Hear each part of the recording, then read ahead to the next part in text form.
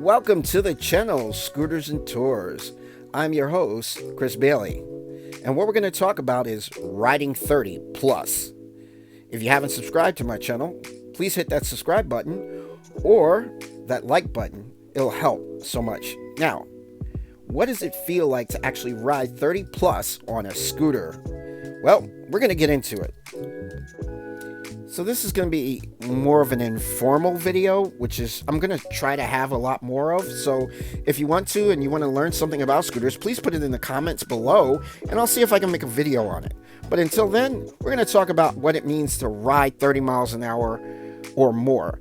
And in this case, let's talk about the scooters that can do it. You know, most people, especially in the New York City area where I live, they ride what we like to call commuter scooters. That's something that'll get you to work and back, doesn't do any more than maybe about 10 to 14 miles, and it can get up to a top speed of like maybe 15 to 20 miles an hour, more like your 9-bot maxes or something like that. But when you're somebody like me who takes the scooter out not only just to get to work and back, but to also have fun, more of an enthusiast, you try to have more of that mid-tier level to super scooters that are out there. I personally ride the Cabo Mantis Pro SE, which can get me up to, in some cases, as you see in this video, 42 miles an hour. Now, how does it feel? Well, it feels absolutely exhilarating and scary at the same time. And I'm going to tell you why. There is no other vehicle like a scooter. It's pretty much you're standing up and your gravity is going directly through the middle of you and the scooter. So when you're riding that fast, the first thing you notice is the wind. And you don't just notice it from sight, you actually notice it from your ears because you can hear the wind howling past you, sometimes running right into your helmet if you don't have your visor down. Number two, you can see everything going past you very quickly. In the car, it doesn't make any difference or make any sense because you kind of have metal all around you. But when you're on a scooter where you can basically, the only thing that's in front of you is your tire and your handlebars, you can pretty much see the earth moving quickly.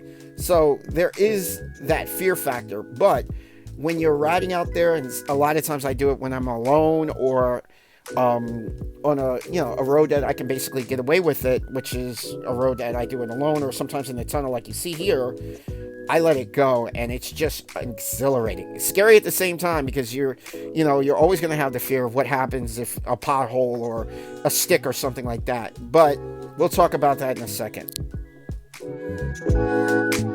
So let's talk about why somebody would want to ride at 31 miles an hour, 30 miles an hour plus. Me personally, I feel like it's a safety thing. All right. When your scooter can only get to about 15 miles an hour to 20, that doesn't work with regular traffic. So I personally get up to about 25, 28, even 31, just to make sure that I'm fast enough to be with traffic. And I try not to be on the side, but more in the middle lane to let the driver know behind me, you shouldn't try to pass me. You should stay back there, and I'm fast enough to contend with what is going on with regular traffic. So it makes everyone feel comfortable. Another reason is because, well, let's say you're on a bike path, and it's, just a long bike path. There's no bikes in front of you. Let it loose. It's a lot of fun, especially if you know the area, you know the bike path, you know what's going on. Let it go. So let's talk about riding 30 plus and being safe at the same time. Definitely try to do it on a road that you know that doesn't have too much traffic, or a bike path that might work perfectly that has no traffic. Another thing is that you should wear a helmet, crash gloves, and crash gear. That way, in case of any problems, it minimizes the damage as much as possible. Also, try not to ride in wet weather or wet roads. Know your road. It's very important. That way you can know if there's potholes, gravel, or anything else that gets in the way.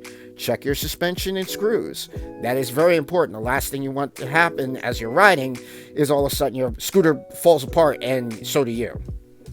Also, a good thing to have is a horn that actually is 120 decibels or more.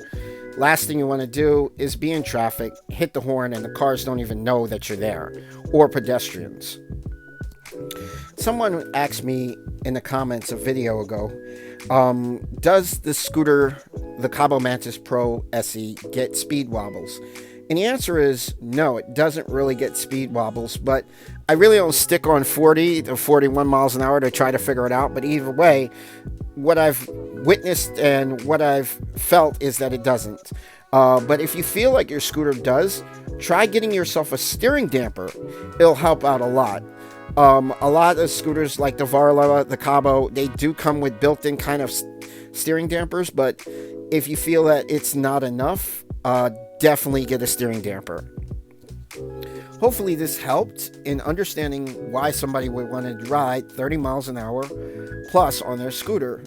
If you're one person out there who's thinking of upgrading to maybe a more powerful scooter like mid-range or scooter enthusiast type scooters or super scooters, this definitely might help you in understanding why somebody would.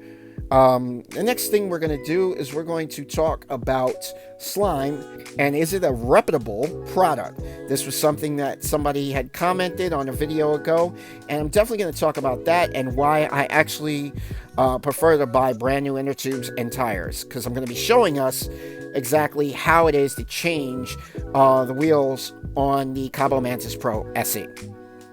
Sit back, enjoy. Please hit the like button, and also, if you want to, which I hope you do, please subscribe and hit that notification button. Thank you.